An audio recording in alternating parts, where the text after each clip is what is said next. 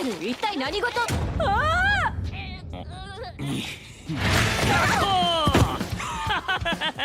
なんでこんなところにいるのか知らんが、エロ幹部ゲットだぜ。だから話を聞いてくれ。